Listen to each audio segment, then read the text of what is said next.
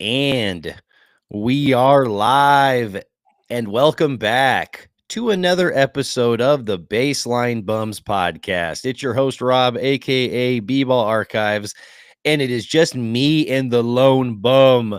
Adam, what's good, my dude? Thanks for joining me this afternoon. We got a lot of free agency stuff to get into, but more importantly, how you doing? I'm doing better now. I'm doing better now that I've joined the pod and getting to talk to you about some free agency hoops. We are right in the thick of it. I've been reloading and refreshing Shams' Instagram every like 30 seconds and his Twitter, and I'm liking what I'm seeing. We've got a lot of activity. I'm excited to talk about it with you, brother. Absolutely. Yeah, we got a lot of movements, a lot of different teams, a lot of different motivations. But first and foremost, I failed to mention all of this is brought to you by Love You Hard TV. And yeah, a lot of great people over there. But Adam, first and foremost, when we're bringing up free agency, where do you want to start? What move sticks out to you as wow, this was jaw dropping? I don't know that the move I'm going to start with, I would say, is like jaw dropping, but I think we need to start with the biggest annualized contract in the history of the NBA, with Shea getting his much deserved 4 year, like $285 million extension, just over $71 million annually. Well deserved, right? Like MVP, finals MVP, all the accolades, deserves it no matter what. But it's interesting because it's starting the clock for Oklahoma City. They're going to be eligible to extend both Chet and Jalen Williams soon. There are teams that about to get really expensive. Having said that, they've got all the draft capital in the world. I think that the way that they're positioned is one for a potential dynasty. But I think you got to start with Shea. Yeah, I mean, you got to start with the guy that's making $70 million a year, and round ball Yeah. is as much as I would like to start with Jake LaRavia. Um, I'm going to agree that just the fact that this is the first building block of them having to pay their superstar talent, and Yep. and this is what you had to go do. This is what you knew, especially after Shea, led you to a championship, won an MVP. He did all of the things that he was supposed to do. Now go pay the man the biggest per year salary in NBA history because he's owed that. And so they did that. But this also just brings into question whenever Chet is owed that money in a couple of years. And same thing with J Dub. It's like, what are those contracts going to look like? And are they going to have the flexibility to pay some of their role players? But Yeah. you got to trust what Sam Presti's been doing because they still have a lot of draft capital and they So can, much. yeah, they still have so much freaking draft capital that they can just go get young talent to replace some of what they're going to have to eventually give up. I imagine they'll end up extending both J Dub and Chet next offseason. I mean, they came into the league at the same time, so I think next summer is when they're taken care of. But like you were saying, like what happens to the Lou Dorts, the Cason Wallace whenever he's extension eligible? Can they retain Alex Caruso? How do they pay Aaron Wiggins? There's all sorts of guys that they're going to be faced with big question marks soon, and this extension of Shea just starts that clock again to not, I don't want to repeat myself, but like they have so many picks, so many different directions that they can go. They're going to lose some of these guys, but they're going to continue to retool. The only thing that's for sure is they're keeping those big three and they're going to build around them. Yeah. Some other teams, like who do you think are the big winners? Like early on, which franchise are you like shit? Like they're planting their flag and they're winning and they're going for it.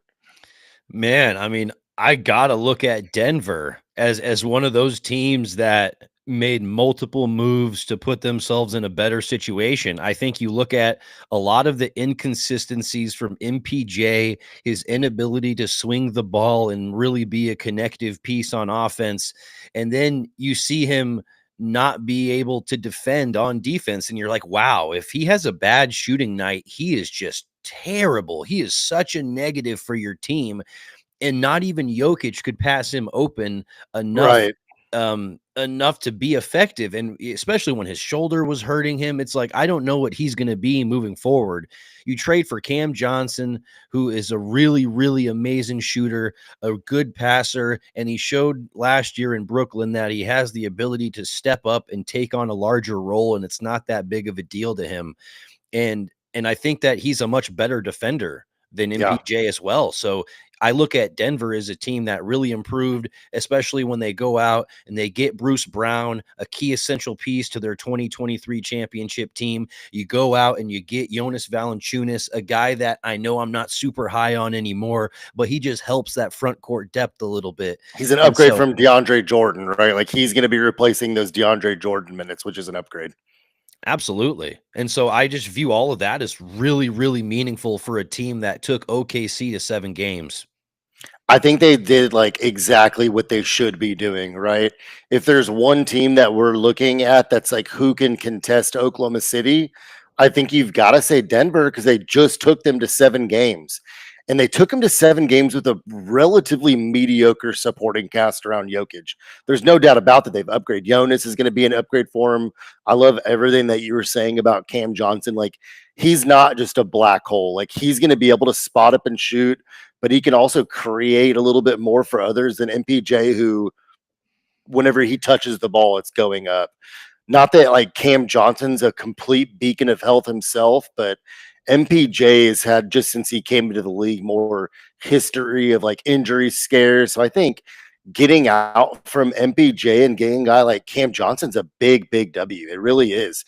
And they do it for giving up a 2032 completely unprotected pick. Like, there's no doubt about like that could end up being a really, really valuable pick one day. Like if Jokic is gone, but like while you have Jokic, like you need to go all in, right? Like you're in your championship window right now, and they've done a lot to address some of their weaknesses. Like Yeah. Bruce Brown, like was great for them, and he went away, he got paid, and he hasn't really found his niche. But like maybe his niche was just like playing alongside the Joker and all that entails, right? Like just how much better he makes you, like guys like Aaron Gordon and whatnot. Right. It's like it can't be a bad thing. Like you bring back a guy that was a part of the best team that your franchise has ever had. That's never going to be a bad thing. What up, Cam? Shouting out the bums. Let's go, bums. Well, let's go, Cam. Shout out to Yeah, Cam let's go, Eller. Clam. Nice of you to join us in here, Clam Bueno. Yeah, I love what Denver did, and another team to me that like kind of is really interesting that we're all watching right now is the Bucks, right? Like very recently have made some really big moves. And I think that like this is the summer of the Achilles and all of like the fallout from that. You've got an Indiana Pacers team who I don't think lets Miles Turner walk if Halliburton doesn't go down. I think that they're viewing this upcoming season as a borderline loss season. Like, why are we going to go pay $25 million a year for like 1 year where it's nothing to a little bit older Miles Turner? Um, like that's one thing that I'm thinking about. Yeah. Yeah. I think I mean, if you are the Bucks, if you are Milwaukee, like you have to be feeling like, man, if this didn't make Giannis happy to the highest degree, then we are screwed because they still owe Dame so much money. You still owe him $23 million plus a year over the next 5 years. And that is like essentially like you're paying a really good player that's never going to be there. And It's insane. on top of that, you're going to have to pay Miles Turner even more. So you're bringing on $50 million a year to bring in Miles Turner.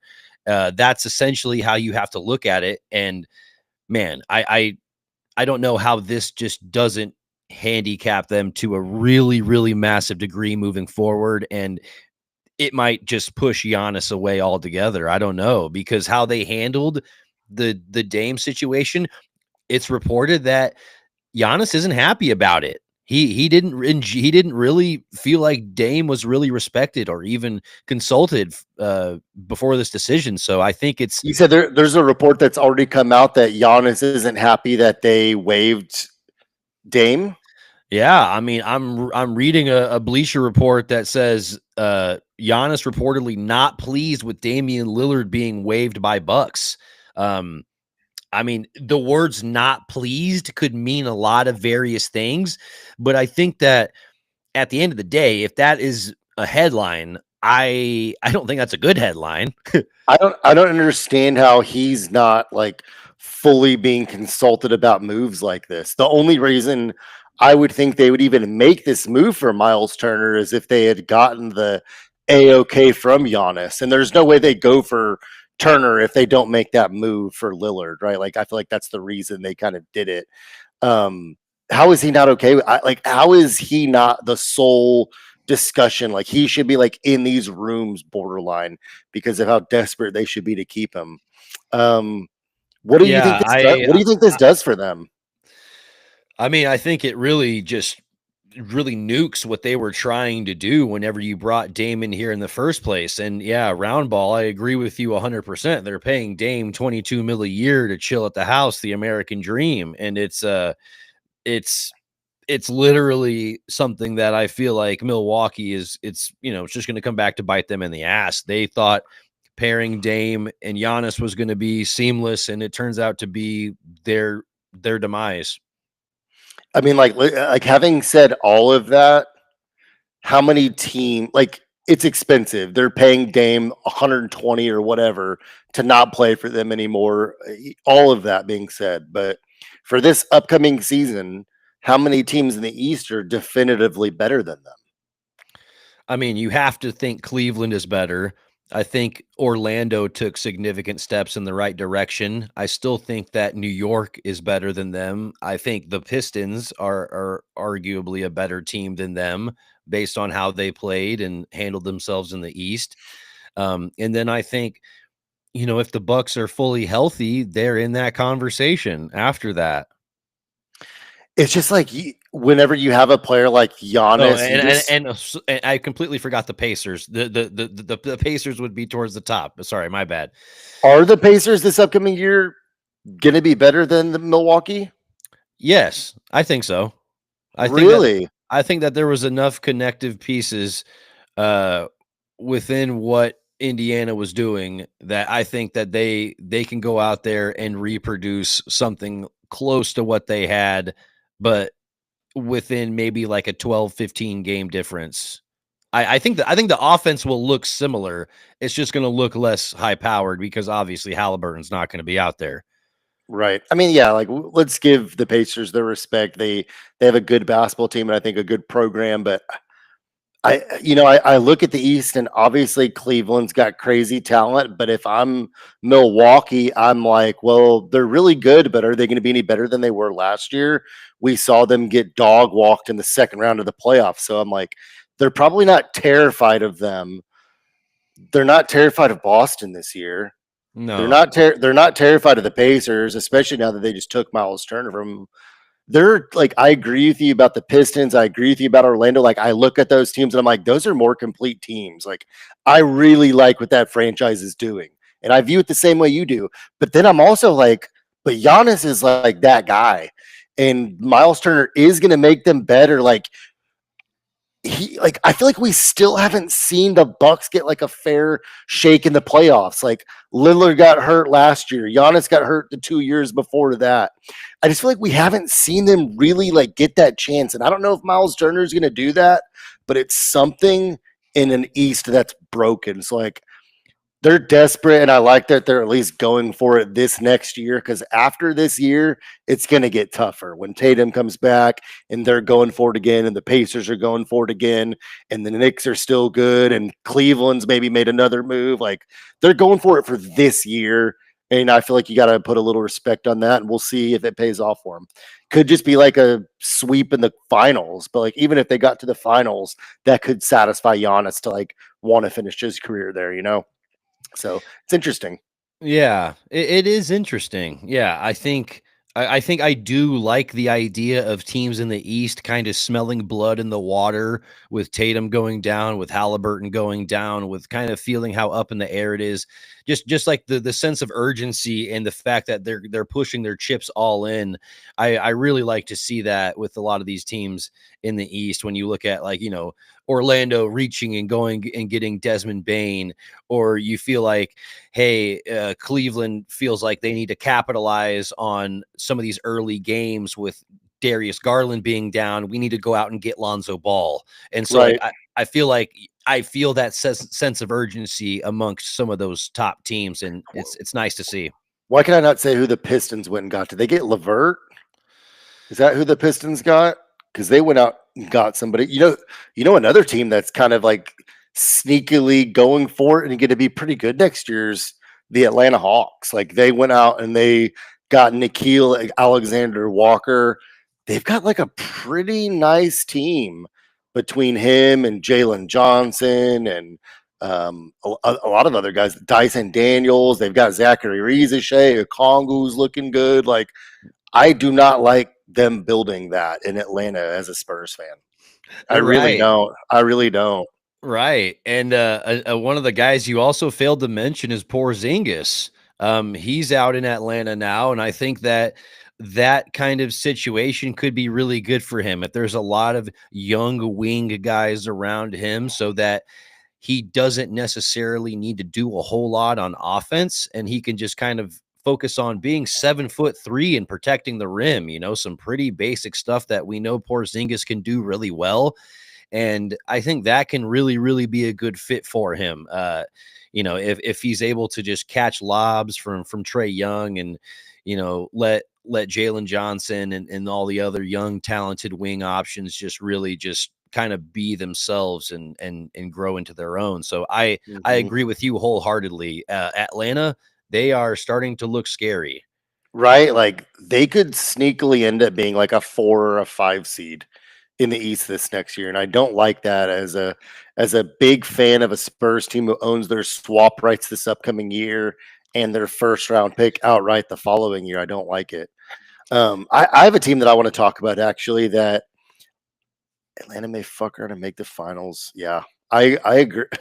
That'd be nuts, right? But, like, you never know. Like, outside of Cleveland, and like, who's like a certainty even during the regular season next year. Yeah, Atlanta. I don't know that I like them as much as Zach Lowe does, but I'm a big fan of a lot of the pieces that they have. Okay, a team that I'm like kind of befuddled by a little bit is the Minnesota Timberwolves. So they start off and they extend Nas Reed and they give him 25 million a year. Like, I'm cool with that. Like, I like Nas.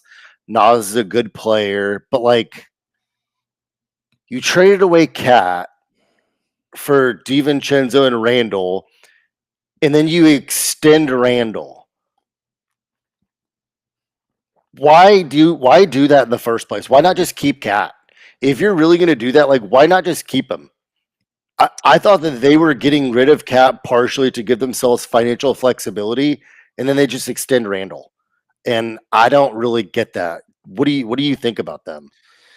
Well, I mean, Randall was always going to be cheaper than Cat, but ultimately, I agree with you. I always thought they were looking at Randall as like a cheap rental in comparison to Cat, and they were going to move off from him.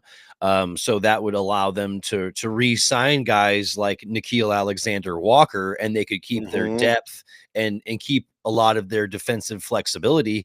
But they go out and re-sign him, and that kind of leaves my head scratching a little bit as well. So I'm in that same camp as you. I would love them to re-sign Alexander Walker and bring back those guys that give them that flexibility. But instead, you get some more ISO scoring from Julius Randle, and Like, we've both said this on previous episodes that we feel like Julius Randle is not conducive to winning.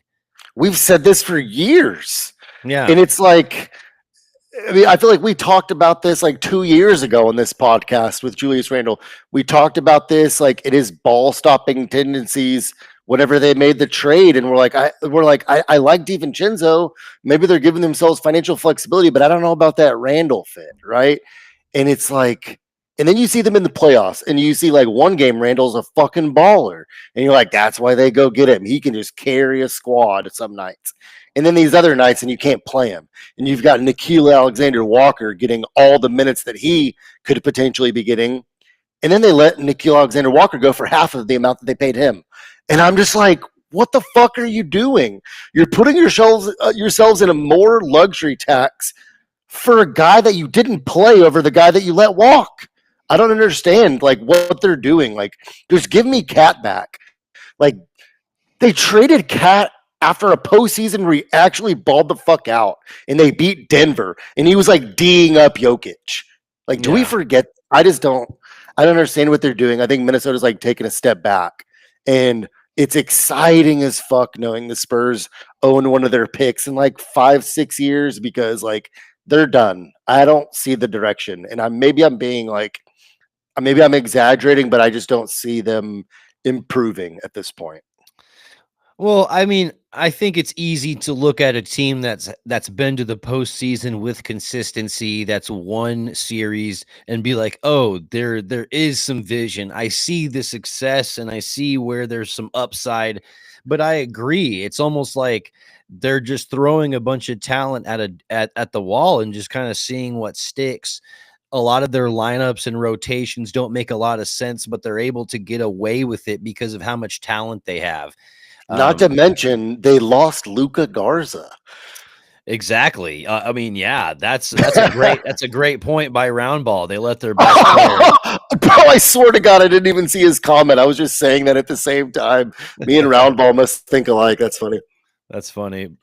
But yeah, and one other thing, I want to go back to Atlanta real quick, like, and just because we were just talking about Nikhil Alexander-Walker, like, and they are doing such a good job building their team. I forgot that they also signed Luke Kennard, an absolutely amazing catch and shoot guy. Like whenever you're able to just build out your team like that, like, holy crap, like you're going to be really, really deadly. That team could contend in the East. We've seen crazier things, right? Like, we've seen a weird Miami team make the finals. We've seen Indiana make the finals. Like, why not just like put your name in the hat? Like, forever in our minds, we look at the Indiana Pacers differently, and they just got there. They didn't even win it all, and like we love the Pacers, right? I feel like other teams have got to do that. Like, look at Jimmy Butler and how he's viewed around the NBA circles just because he got that Miami Heat's team to the finals. Like, Trae Young could be there, right? Yeah. So, okay. What are some of the other moves that you're talking, what you're thinking about? I mean, we're big San Antonio Spurs fans, am I right? Like, loyal, die hard since we're 4 years old. We've made a move. Luke Kornet. Let's talk some Luke Kornet over here. Let's talk it. Okay, my first reaction was kind of similar to yours, right? I'm like, ooh. I'm like, we just gave Luke Kornet a 4-year contract. That's a little interesting, right? Like, I think if the amount, like $10 million a year, I don't think it's a crazy amount. Maybe it's an overpay by like $2 million. But the weird thing is seeing it be a 4-year contract for a guy like that. But then, like, I did what I do, and I went on YouTube and I started watching Luke Kornet highlights, and I just found myself getting really, really hyped. I saw him block a shot and do the Dikembe. Like, he's just a hype guy, and I think he's kind of what we need like a really true big backup center, which he is. That's going to bring energy. That's going to be good on the defensive end. That's like going to be a smart, cerebral basketball player, and I think he's going to be a good culture and locker room guy. And I'm willing to pay $10 million for that. I mean, not me personally, but like Brian Wright, like, pay that man. Right. It's like we just needed somebody not named Wemby that is 7'1" who can stand around the rim, play pretty good defense, make some smart moves, grab a few rebounds here and there, nothing too over the top crazy, never going to ask for the ball, command his shot with an offense. Ever. Right. And we just saw him play 19 minutes a game for the champions of the world. Like, why couldn't he play 16, 17 minutes for us and supplement what we're doing within our rotation? And going back to this playoffs, we saw game 5 between Boston and New York. He had 7 blocks in minimal minutes. This is Right. what you can get with his amount of effort. I'm not going to say that he's going to step in and do this routinely, but I do think that within a night, if he's playing, somewhere 15 plus minutes and he gets a couple of blocks and has 7, 8 rebounds, I'm not going to be surprised by that because that's Luke Kornet. That's what he does. Okay, so like plus minus, right? We were texting about this yesterday, and it's not like a completely legit statistic. There's flaws in it for sure, but he's top 20 in the NBA in plus minus, right? And you say like, oh yeah, but he plays for the Celtics. He was the only guy in the list that played like under like 30 minutes a game.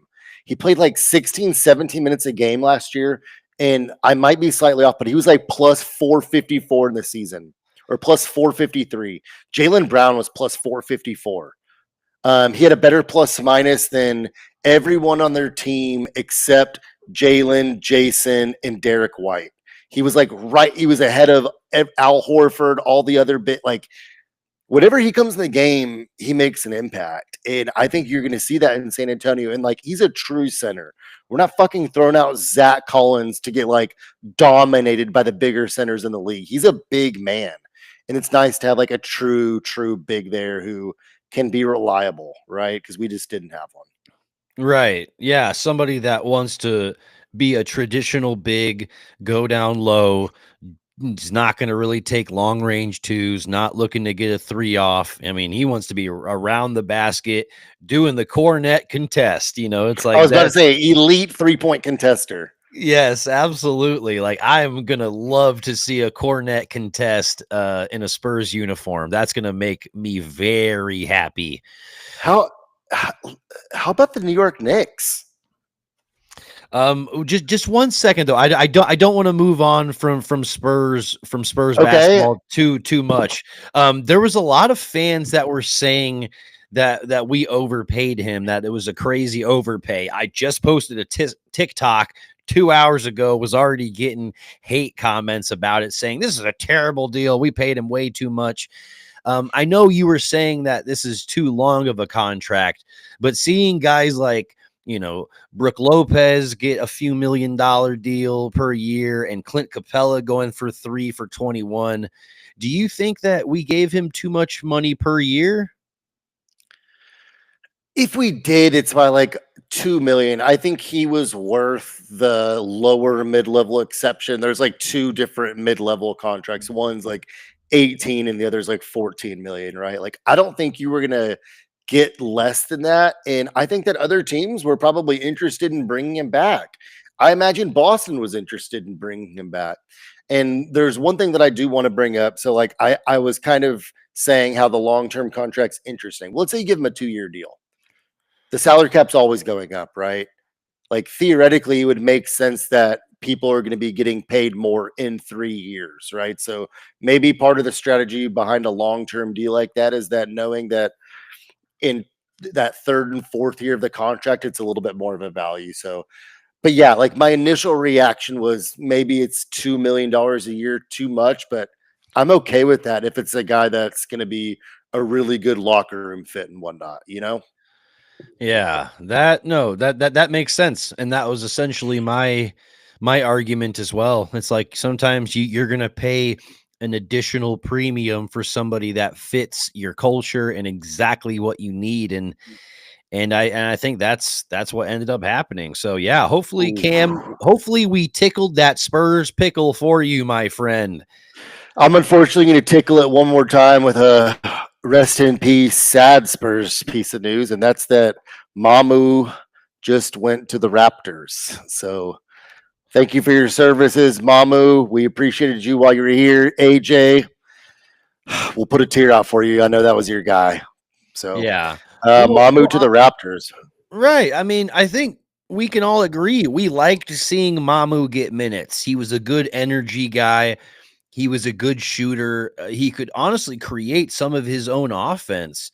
I just really didn't like some of his defense and what he was He was able to do because he was a traffic cone. on defense, yes, but we were We Uh, asked him to be a rim protector, and yeah, that's not his defensive skill set at all. So we just kind of asked him to do the wrong things. And so like yeah. I don't view that as his problem. No, and I was actually semi hoping we brought him back as like a very, very end of the roster guy, but the Spurs are somewhat full with us like unfortunately still having to pay Blake Wesley and Malachi Branham even a single dollar. It brings after we bring in Kornet and our two rookies, we're at 13 like guaranteed contracts. So I think we'll bring in like a couple two-way guys maybe or some like very, very end of the roster stuff. But like, are we done? Like, are we finished this offseason? We could be finished. I think free agency wise, yeah. I think that we may make a trade. We may, you know, try to do something in that realm. But I think, yeah, I agree with you. I think our roster may be full.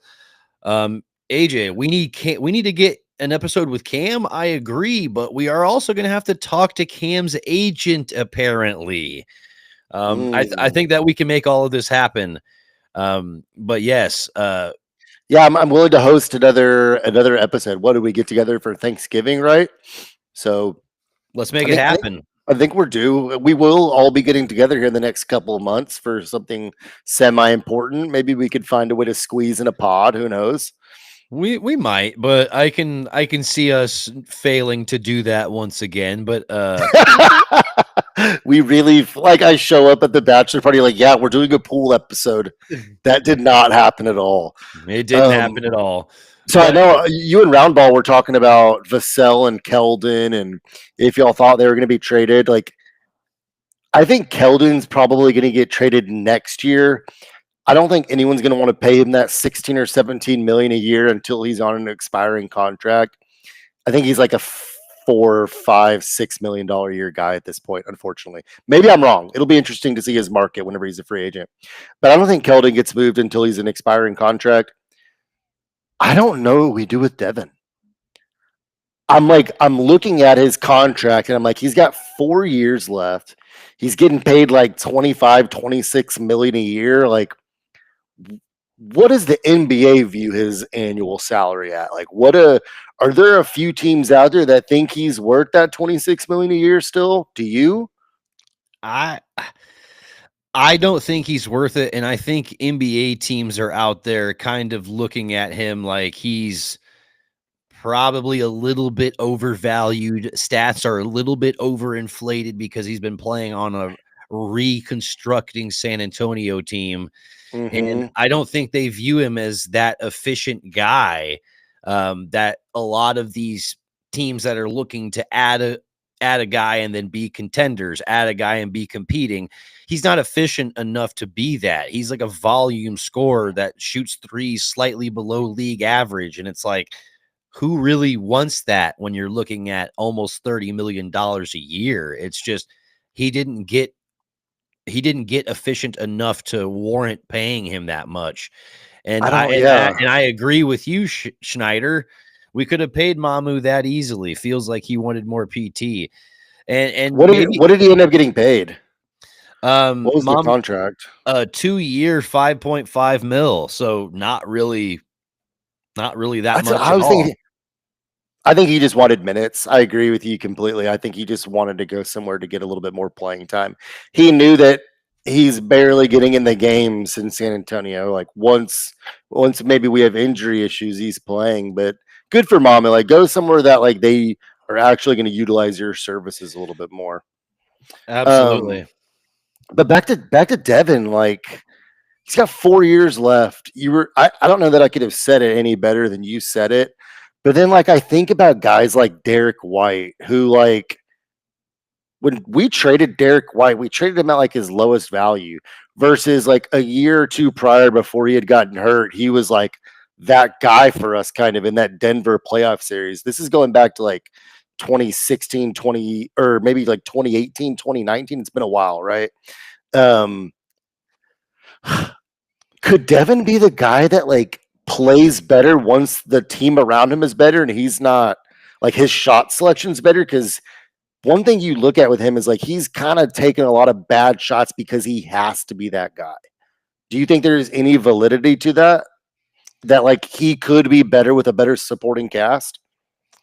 I mean, I think that's optimistic thinking. I think that's really well, I mean it is because I've seen him pass up a good shot and then go go shoot a tough shot. He'll put himself in a position to shoot a fadeaway mid-range shot when he had a clean look to begin with. So I think that he almost welcomes a tough shot, and I think that he Mhm. literally just needs to work on his own shot selection because he has the athleticism and the skill to get whatever shot he wants. And I feel like a lot of it is just the shot you end up settling for. And his decision making hasn't improved nearly enough because I still see hand right in the face. He's still taking that shot and he'll hit one of out of three of them. And then I'm like, damn, that was a really tough bucket. Devin Vassell is really tough. And then Mhm. and then he just ends up going 8 for 18 or 8 for 19 on the game, and I'm like, well, that's not what I want to see. I would rather him make 2, 3 more of those shots and then have him be a boring guy that only shoots when he's wide open or only makes good decisions after the ball's been swung around 6 or 7 times. It's like it's not a skill thing with Devin. It's a decision making, and I just don't trust his ability to take good shots, smart shots within the flow of the offense anymore. It just seems like Yeah. like I literally hear him screaming Kobe when he shoots shots now. And I don't know why I feel that way, but I fucking do. Can we attribute like look at his year last year? He came in and like was clear he was hurt to start the year. He was clearly injured for like the first month or two, like or at least he was getting back. You could tell his legs weren't completely underneath him, and then he did get better, in my opinion, as the year went along. I'm gonna let like it's thanks, Clam.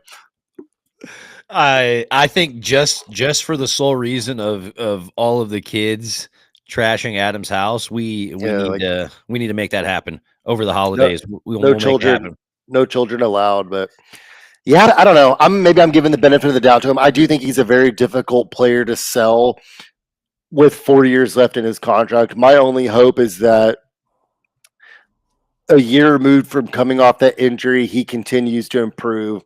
And that's kind of why I brought up the Derek White, just because you look at how much better he's improved being on a good team and being removed from all those lower body injuries that he had experienced kind of playing for us. He had a lot of ankle issues. So kind of like Devin, he had some lower body stuff. Um, I think he can still recapture the value of his contract. Having said that, I don't think he's in our future plans. I really don't. Like we just took Carter Bryant. I think we're looking at our team and like we've got really nice guards who are going to be pretty ball dominant. Like we need some guys in our team that don't need the ball, a la Carter Bryant, a la um, why can't I say our center that we just signed? What's wrong with me? Are I'm you about to talking say about Luke Cornett? thank you. I don't know why I couldn't get the name Walker Kessler out of my brain, but yeah, I some guys that wish. are better without the ball. Keldon's not fitting into our plans, obviously, so it's interesting. Um, are we good I with Spurs talk? I want to bring back up the Knicks, unless you've got something you want to talk about. Well, I was gonna address this AJ comment. The West feels like a nuclear arms race. It kind of does when you feel like the Houston Rockets go out and get KD and the way that the Nuggets, really got better this offseason. It really just seems like some of these teams that were towards the top of the West are really trying to figure out how they can knock OKC off of that mountaintop.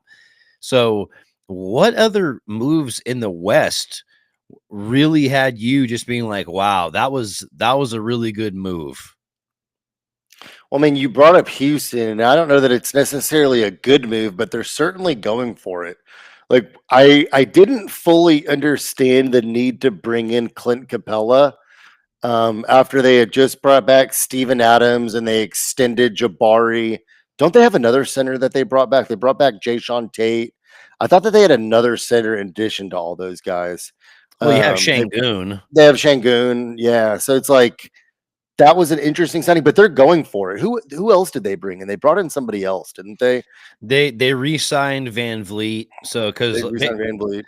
basically they're like, Amen Thompson, we know he's the future, but over the next couple of years, we will need some additional ball handling.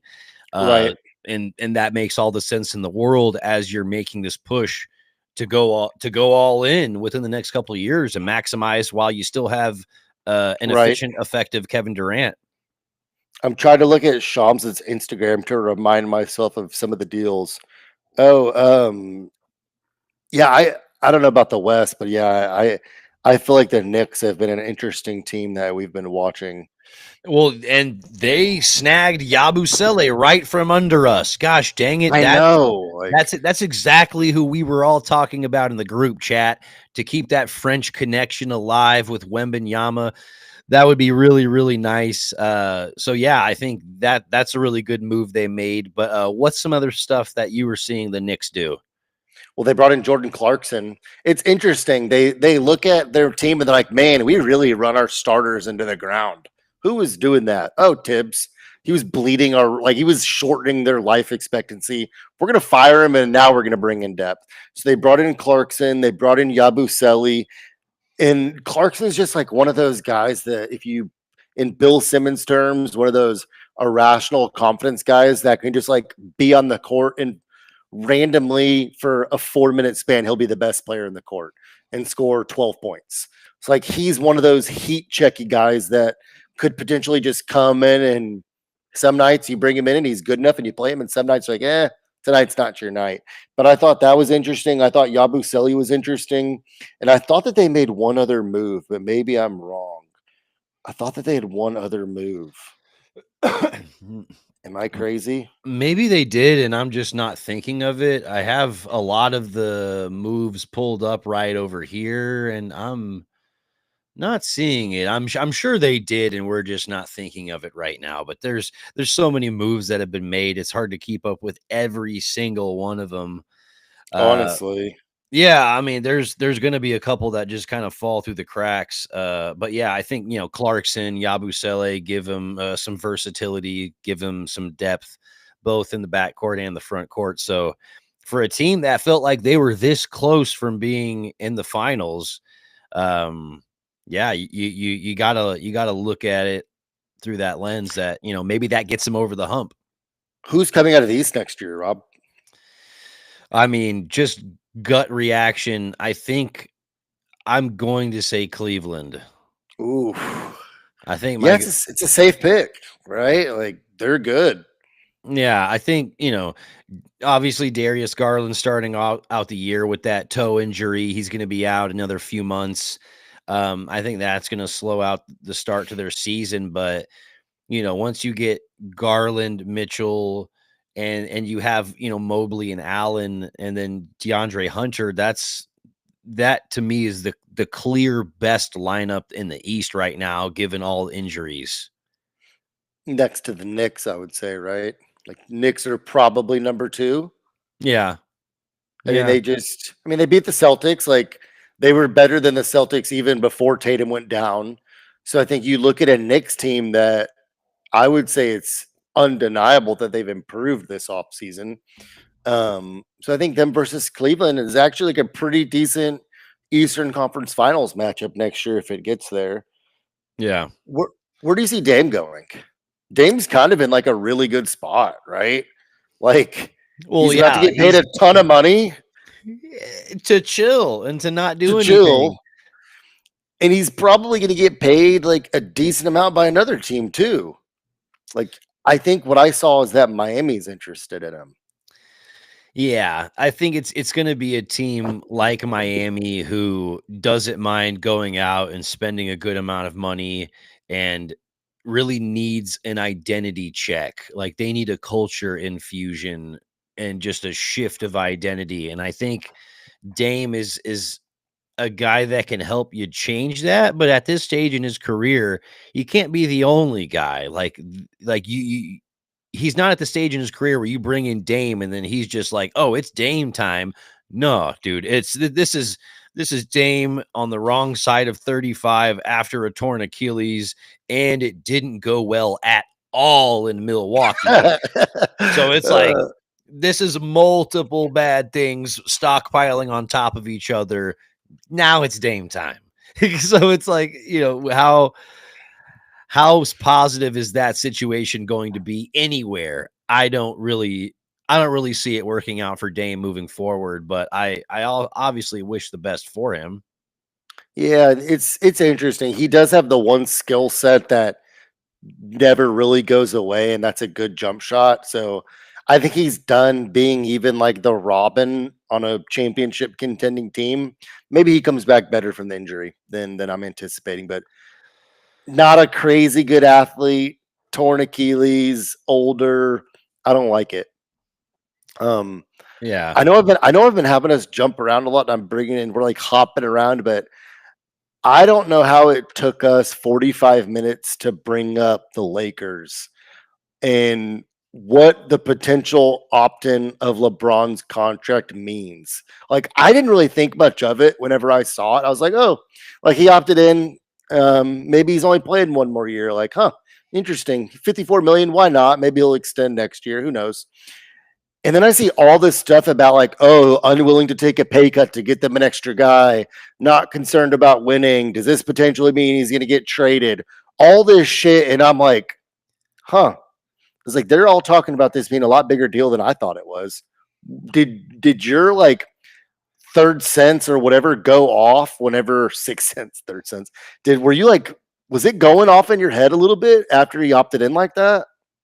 It did a little bit because he usually opts out just to see what happens, and then he'll sign a deal, and so he usually likes to kind of sit back and play the field. So it kind of just it made me feel like he wanted to sign the deal and be like, all right, now you guys got to go make a move, and if you don't do enough, then I may be out of here. That's kind of the way I took that.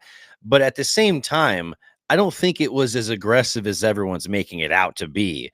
Like it's not LeBron like requesting a trade or even suggesting he wants to not play in LA.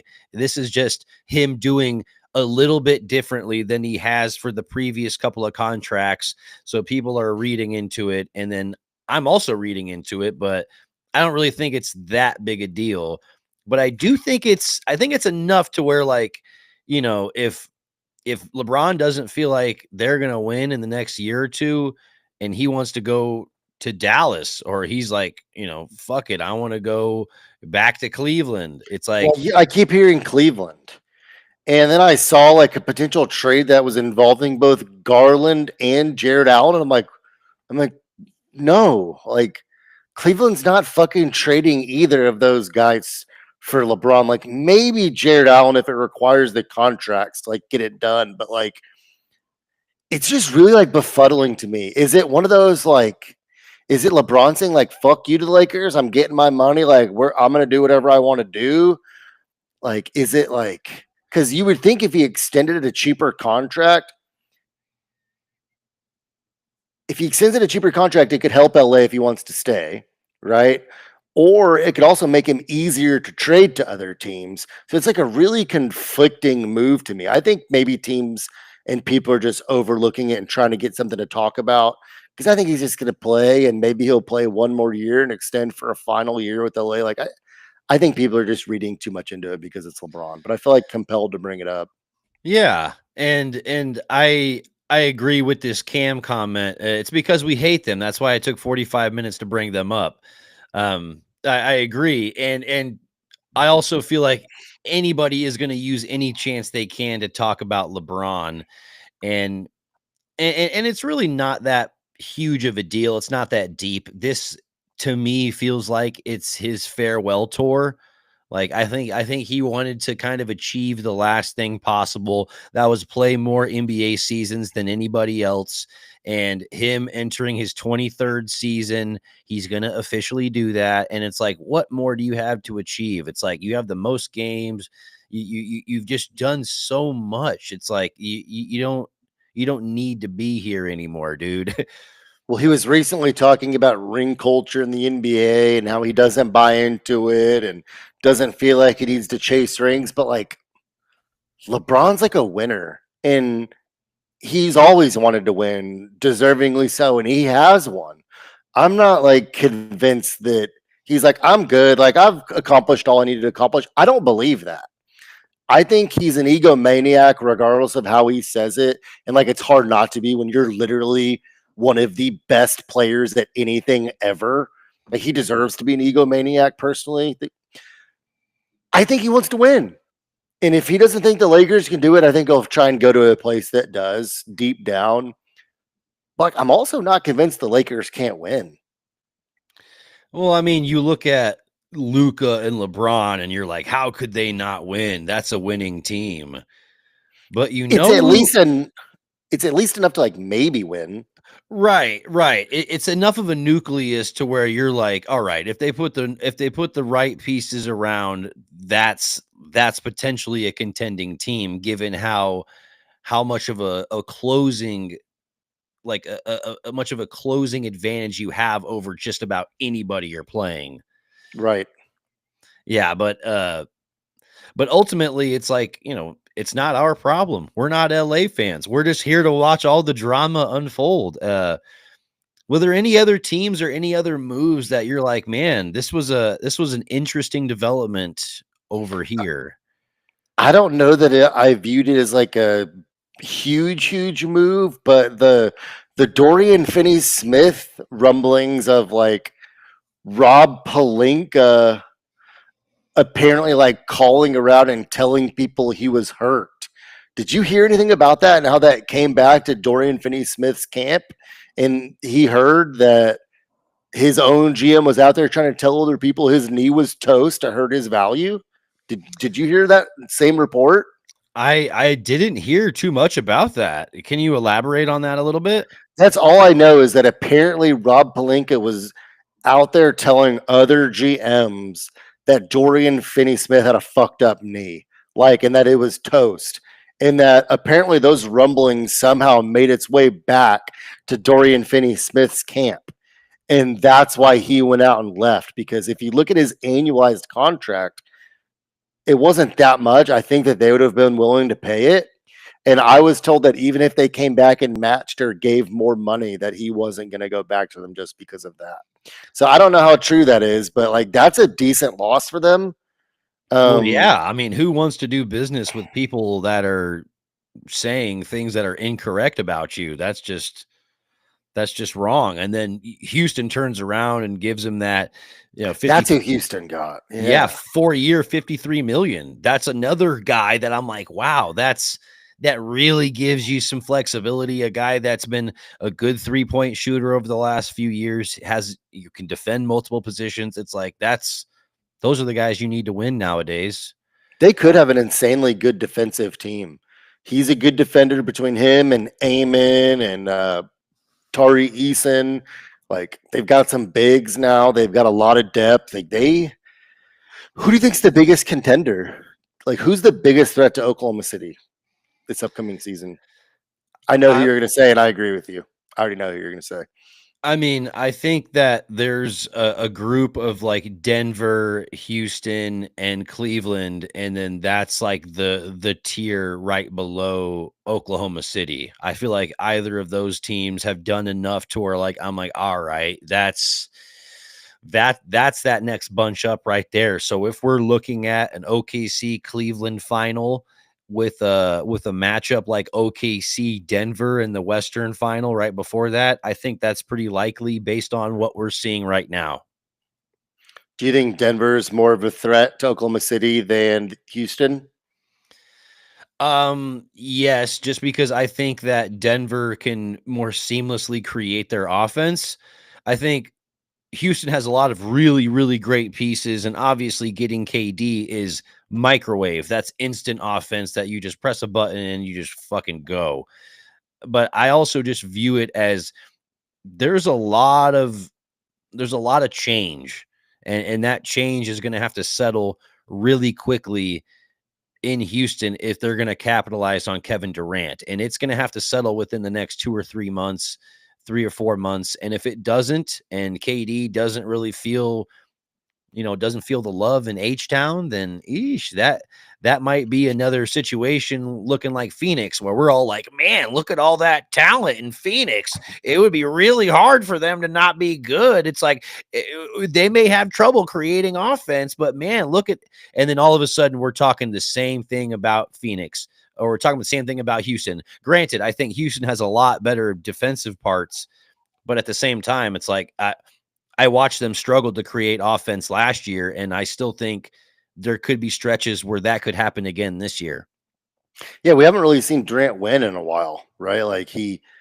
That Brooklyn team with him, Kyrie, and Harden was good for like a couple months, and then it all fell apart with injuries and then all the craziness. But we haven't really seen Durant go to a situation and just like fit in and everyone's happy and like winning. So it's interesting. The safe answer is definitely Denver. They took Oklahoma City to 7 games. I don't think there's any question that they've gotten better. I think they need another ball handler. I think that they need like another guard, whether it be a shooter or something, in case Russell Westbrook's just like crazy that night, because he was too big of a part of their bench, in my opinion. And some nights he was big for them, and other nights he was catastrophic.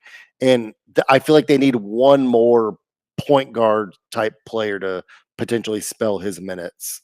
But overall, love what they've done. I think that they can beat Oklahoma City. Absolutely. Yeah, I think we're both in agreement on that. Denver wasn't far away from doing it last year. With the way they've improved, they could definitely do it again. But yeah, I want to use this quick break to give a shout out to our official sponsor, Solar Scouts. Guys, we all know the Texas grid is all over the place. If you need clean, reliable solar energy, please visit thesolarscouts.com/bums and figure out how the Solar Scouts can get you clean, reliable solar energy. Because why not change your electricity bill and get a clean, fresh solar bill? A lot of the people around Texas are doing it. We're getting a lot of sun pretty consistently. Why not harness it? Why not take advantage of it? And yeah, if you're building a home, doesn't it make sense to check out solar, Adam? Yeah, it absolutely does. And I work in new construction, and I live in a new construction neighborhood myself. And there's some companies that come around that it's solar companies specifically that you just don't trust, and Solar Scouts is different. Honestly, good people, knowledgeable, and it's a good product. If you haven't looked into it, I think it's valuable to do so. Absolutely. Yeah. So So go check. click that link right there. Absolutely. The solarscouts.com/bums. Figure out how to get you some clean, reliable solar energy for you and your team. All right. I just read a report that says Dame elated to be waived. That is so awesome. I think that, yeah, it's saying that he's already received several calls from contending teams. So I think who Dame ends up with is going to be very, very interesting. And we'll see that unfold sooner rather than later.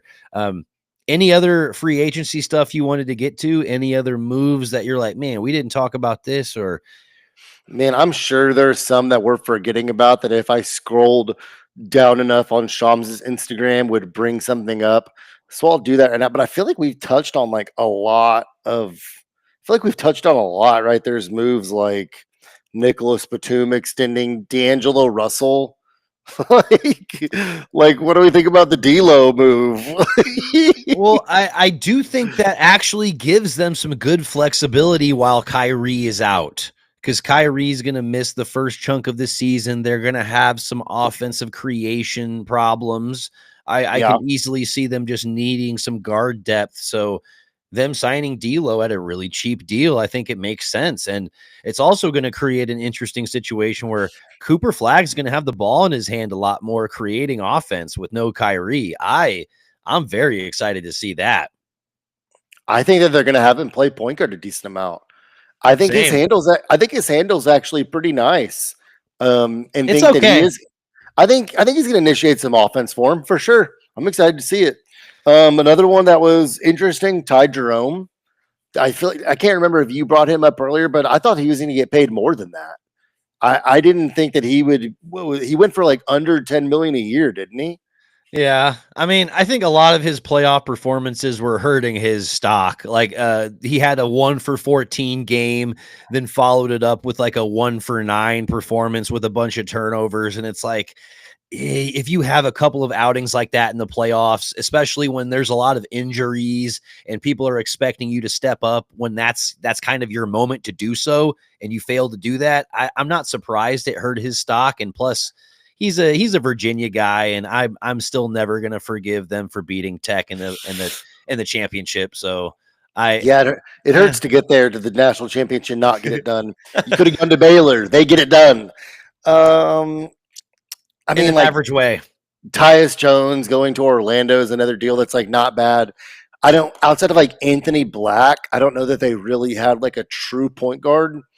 Like both of their starting guards are not really point guards. Suggs kind of, but I view them both more as shooting guards. So I think it's nice to have like a true point guard in Tyus Jones to be able to get them 15 to 20 minutes off the bench.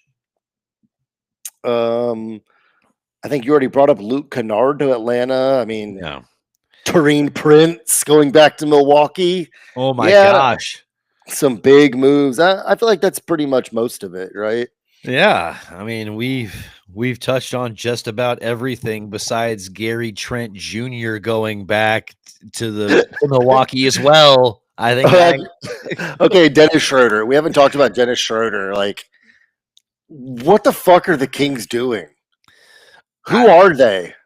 I well, I mean, we were briefly mentioning it before the episode even started. That's just a very mismanaged organization from top to bottom. I just don't understand what that signing even is. Why not just try to be competitive in the future and not go after veteran point guards that are $15 million a year? It just doesn't make sense.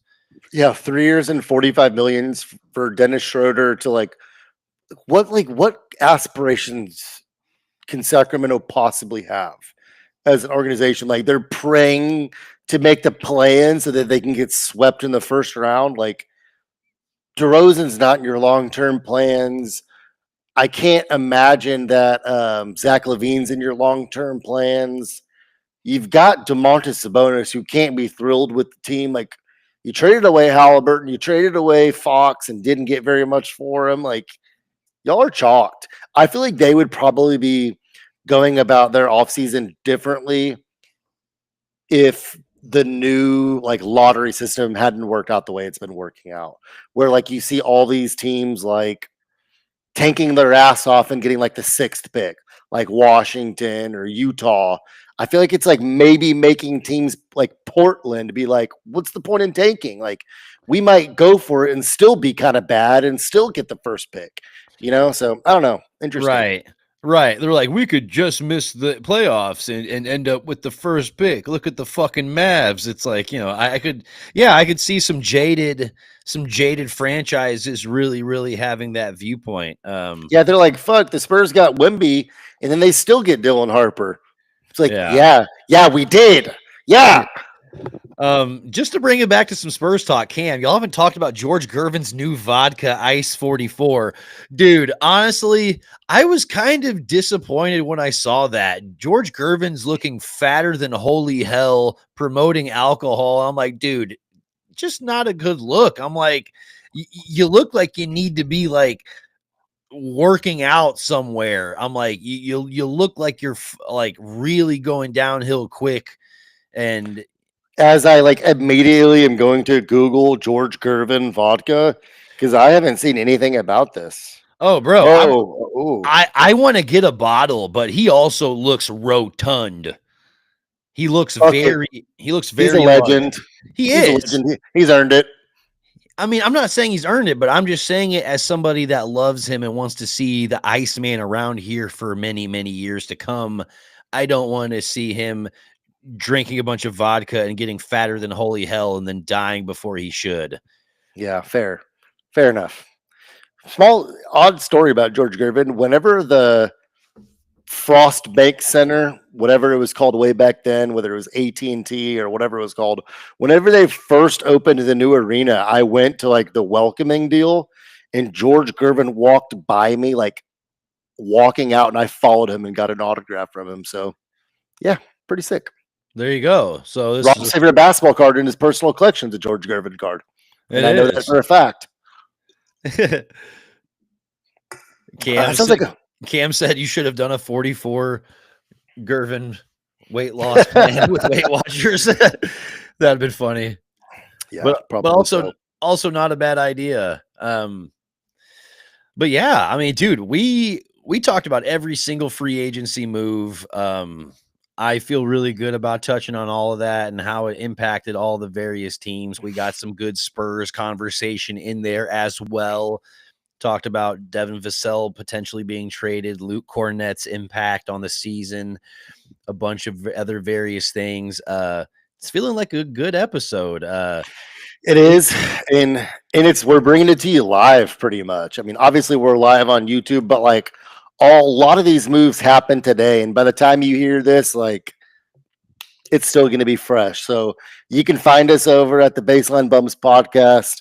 We're on Love You Hard TV. Rob's got some killer pages on TikTok, B-Ball Archives. We appreciate all you listeners. I mean, Rob obviously has been doing it more consistently than me, but like the Baseline Bums have been bringing y'all basketball knowledge for like 3 years now, and you're getting consistent stuff from us. So keep tuning in. We appreciate all you listeners. Go follow us on our socials, Instagram, TikTok, YouTube, all of it. We appreciate you guys. Absolutely. Yeah, well said, Adam. This podcast would not be the same without you. All the interaction, all the shares, the likes, the comments, all the love. Yeah, it literally makes doing this entirely worth it. And I want to keep doing it. I couldn't imagine a world where I'm not doing it now. But yeah, this feels like a good episode. And I think we should end this episode the same way we end all episodes. How's that? And that's with a go Spurs, a go. Yeah. Peace.